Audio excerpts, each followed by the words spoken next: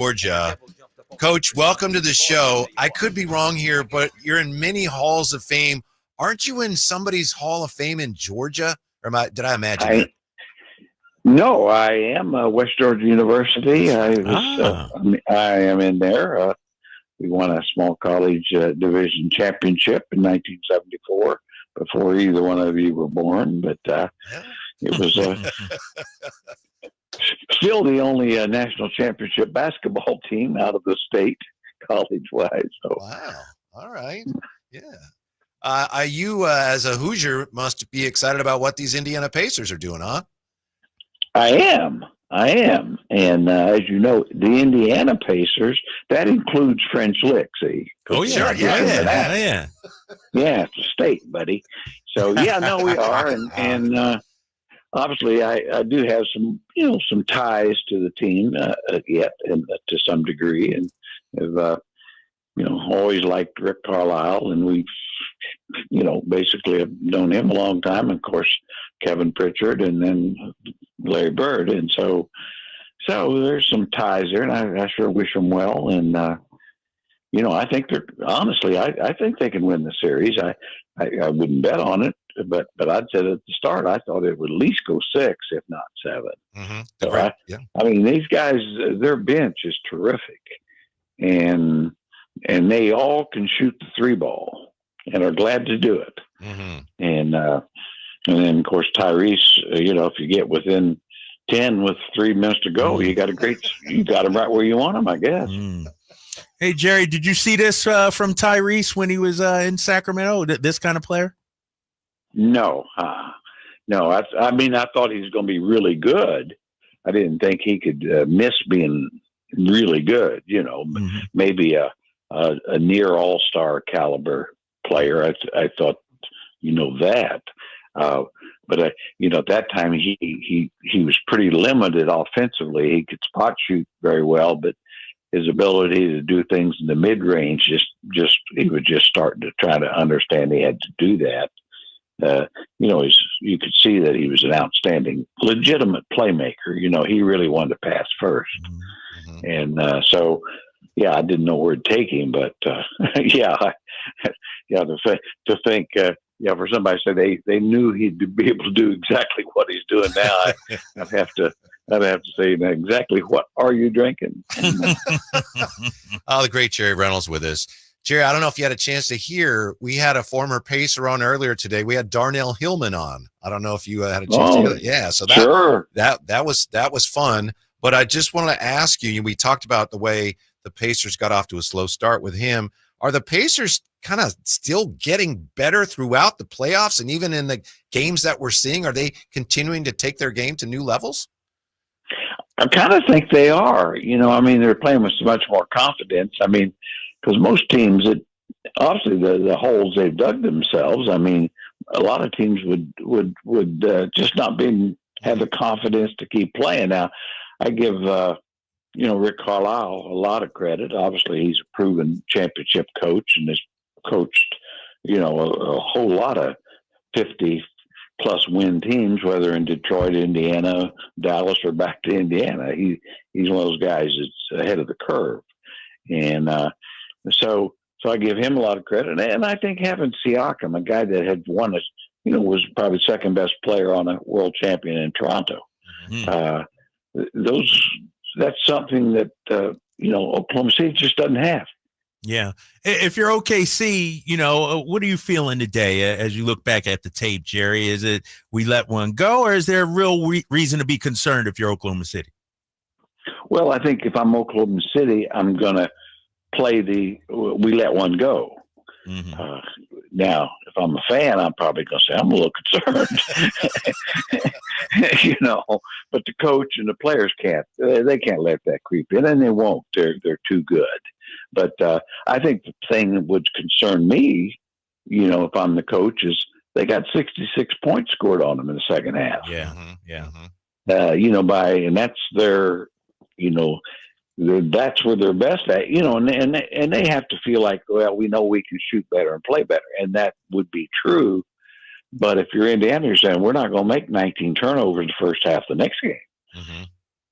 So both teams, I think both teams are capable of playing better. Mm-hmm. I think, if you're Oklahoma City, you say, well, our best player had a 15-foot shot that he hit 75% of, but that was the 25% that he missed. And if Gilgeous-Alexander makes that shot, then they win. Mm-hmm. So, but that's why it's going to be a great series. I really think so. And I will tell you, I had a text a few hours before the game. Larry had texted me and said, "Don't underestimate these guys. They're capable of winning this thing." And I texted him back and I said, "I'm not underestimating them. I'm just hoping that the Thunder do." Yeah. And I don't know that that's what happened, but I think that once they got the lead, I do think the Thunder seemed to get a little proud of themselves. Hold up for a sec, Jerry. Hold up. I'm not going to let you do that. I'm not going to let you just casually drop. You said Larry. Did you say Larry Bird, or did you what Larry are you talking about? Larry David from Seinfeld. Like who you texting with about basketball? I don't know Larry David from Seinfeld very well. I wish I did, but he did not text me, and he probably should. He could learn something too. But no, that was Larry Bird. Just casually dropping that out there, right? Yeah, I'm just used to that. We kind of through the playoffs, had text back and forth a little bit, a little this and that and other. But in this, I'm on his side. I'm for him, So not kind of throwing stuff, at him. I'm trying to be a good guy. Yeah. And, so. Didn't you tell us once, Jerry? I don't think it was on the station, but didn't you tell us Larry? You went over to Larry's house, and then he came. You asked him to come help mow your mom's lawn or something. He's like, "All right, I'll be right over." Didn't something like that happen? Yeah. He he certainly said, "I'll just throw a mower in the truck here and be up there and help you out." And so that's pretty sweet. Well, the way I looked at it, I looked at it a little different. Some people I'd say, "Hell yeah, you should come up and help." I sat there and help paint your fence and everything else. He made me paint fence for a couple hours, just get a couple of beers. Oh, the great Jerry Reynolds with us. Do you think it's fair to criticize Oklahoma City offensively the way they kind of slowed down and looked to kind of play not to lose and the ball got stuck? As you say, if Shea makes that shot, it doesn't matter. Did their offense get stuck down the stretch more than it should have? I think it did. I mean, certainly in the, when they had to play in the half court, the ball didn't move much, I mean, and whether it's Jalen Williams or Shea, and really, of course, Shea was fairly productive, but overall, I thought their offense really didn't show much in the half court. It's kind of can we break somebody down and make a play? And Indiana's not really a great defensive team, but it's one of those things where it really did, I think, allow Indiana to catch up.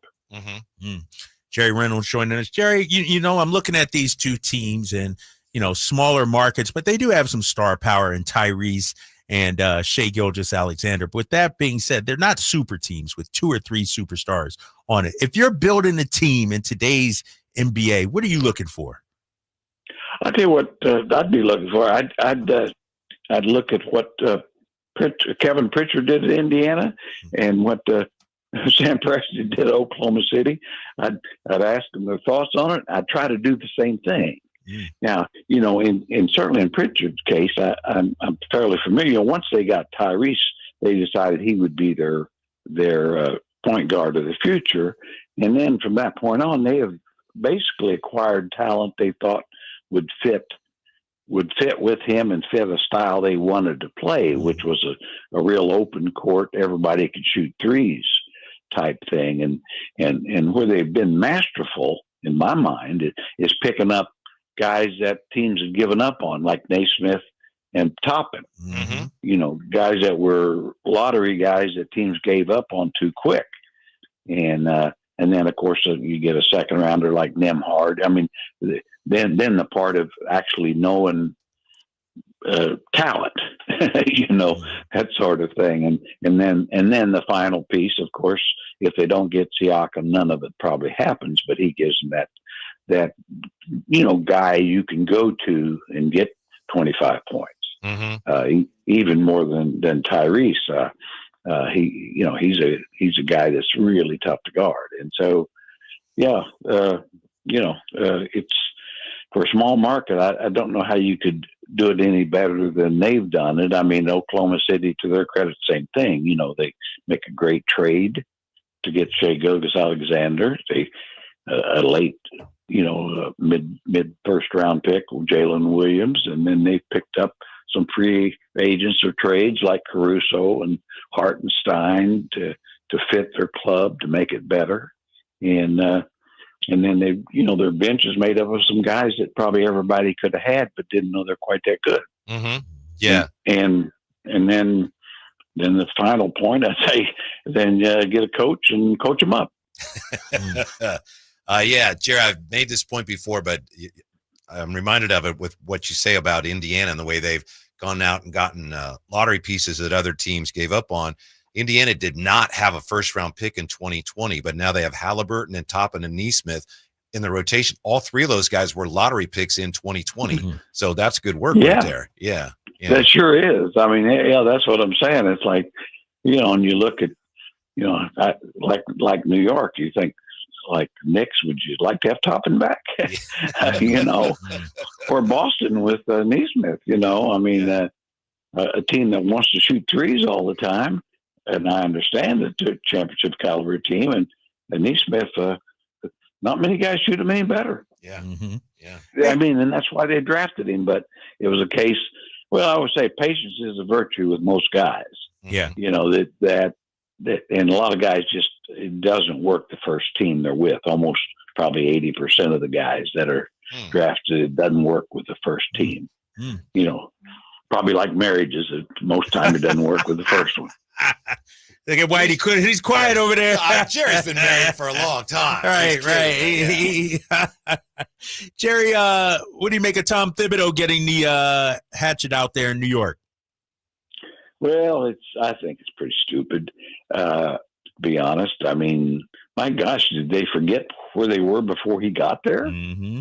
Mm-hmm. I mean, I just think whoever they get's going to have whoever they get, I kind of feel sorry for, because if it's championships or nothing, you got a pretty good chance of failure.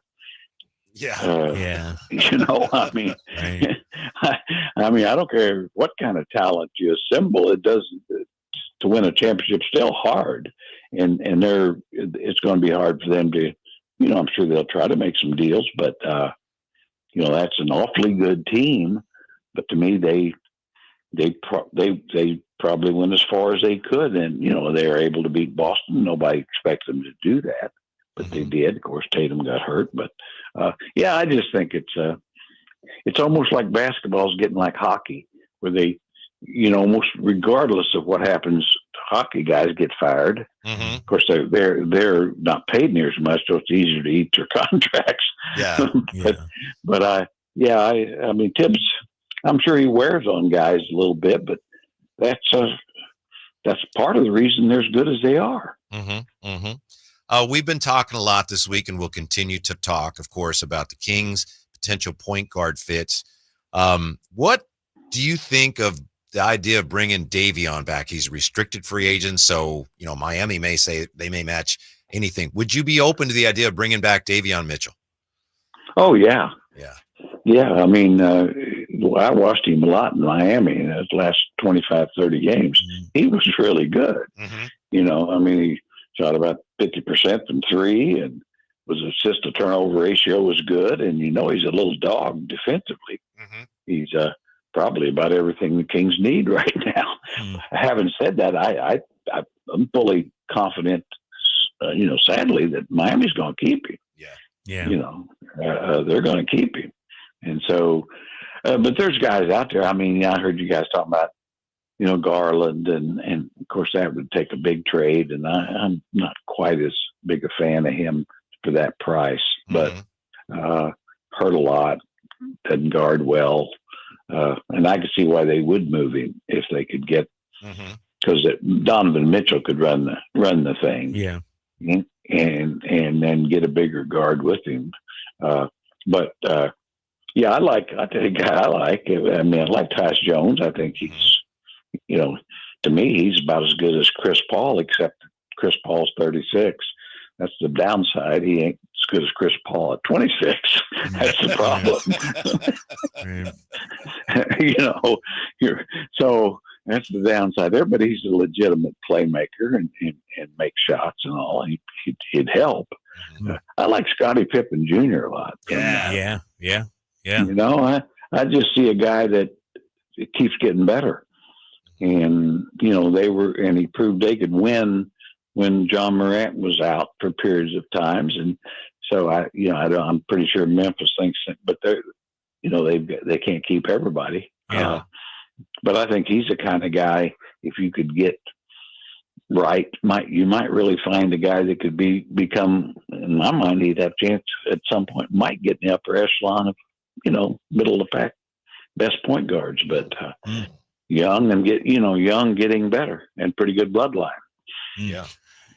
Hey, Jerry, when you look at the job that lies ahead for Scott Perry, how difficult of a task is this to try and figure out how to turn this thing around here? I tell you what, I feel for Scott Perry.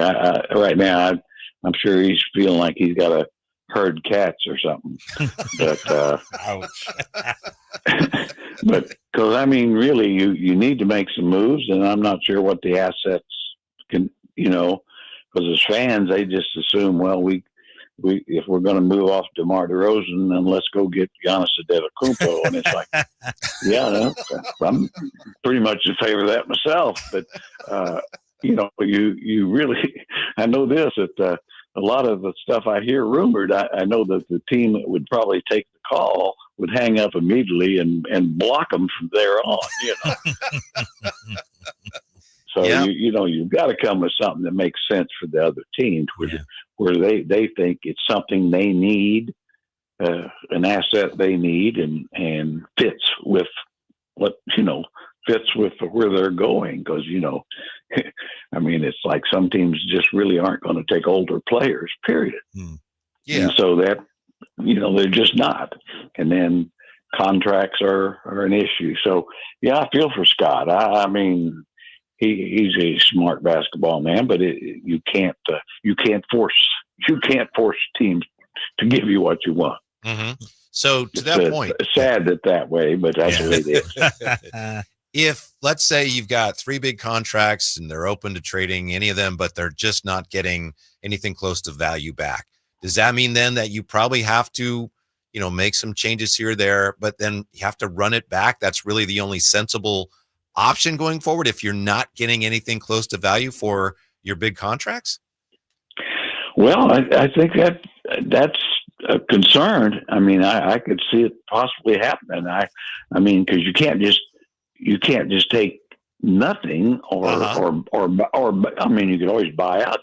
I'd rather buy out guys than take other contracts and players I don't want, because you what does that solve? But I think it's going to be, you go many ways with it. I do think if you're wanting to make some moves, you might get better by taking a younger, lesser talented, not necessarily talented, but a proven player, but that fits better. I always said that could be the case. But, at first, you got to find out, it's like, say, if in fact DeMar is the guy you're looking to trade. Well, he's a really good player, and he's proven it. He can really score. Now, what teams currently would really need somebody of his specific skill set? And I think there's some, but then it's a matter of what can you get back. But at the end of the day, it's going to be tough.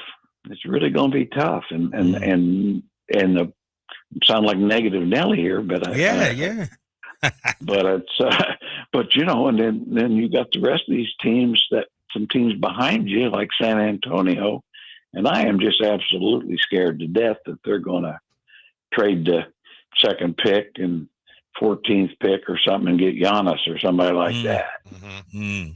You know, I mean, they've got the assets to go get Durant or Giannis or whatever. Now, all of a sudden, you know, I was telling somebody this day on King's Herald that I do a podcast for that I'm in fear of next year we get to watch Haliburton and Fox go at it for the NBA championship. Yeah. Oh, you had to speak it. That'd be a little rough for all of us Kingy fans, I'm thinking. Jerry, last one for me. Do you think, I guess, how important is patience if you're Scott Perry, and can we afford to be patient in this market right now? Well, I think patience, I say, is a virtue, and especially you just have to be. The point is, will he be allowed to be? Will the fans be? And the fans don't have to be patient. I mean, there's reasons why they're frustrated right now, but I think it's called for. I mean, you shouldn't make bad moves just to make moves. Mm-hmm. And I mean, because the team itself, it's not a terrible team. It's a 40-win team. We've seen worse than that around here, and you've got some talented guys, and I really do like the coaching staff. I think that but if your goal is to win 50 games, and I guess put me down as a guy that's sadly I don't know if they can get to that. Just don't see how with the current roster. Mm-hmm. We'll leave you this one, Jerry. We appreciate your time as always. As we look at point guards for the Kings going forward, what kind of upside as a point guard does Devin Carter have? Is it realistic to think he could play more point guard? Is he always going to be a combo guard? Based on what you've seen, what do you think of him playing any point guard? I think there's a little hope there. It's hard to tell what little limited minutes he had. Tough rookie year he had. It wasn't his fault, but I mean, I think this summer league will tell you a lot. Mm-hmm. I think it's a terribly important summer league for Devin. But the one thing, there's so many things to like there. I don't see him as a particularly great playmaker, but he might be a little more of a version, not saying it's talent-wise, as a Donovan Mitchell type, mm-hmm. who can make plays and score, and in his case, he can really defend. So I wouldn't close the book on him at all. I mean, I think Kings gave up too soon on Davion, and I sure wouldn't. And he's got the length and size. He rebounds. He tries to defend. We'll know a lot. Come October after summer league, if he can go into summer league and prove that he can run a team. That goes a long way. So patience. Now there's where you need patience right there. Mm-hmm. All right, sir. Thank you. You're always very patient with us. Thanks for your time and your insight. We appreciate it. And we hope you have a great weekend. Well, I'm going to have a great weekend. I know you two guys will too. And looking forward to game 2 on Sunday. And yes. We'll see. Hey, Pacers. As Kyle knows, I'm a front runner. Oh yeah, yep.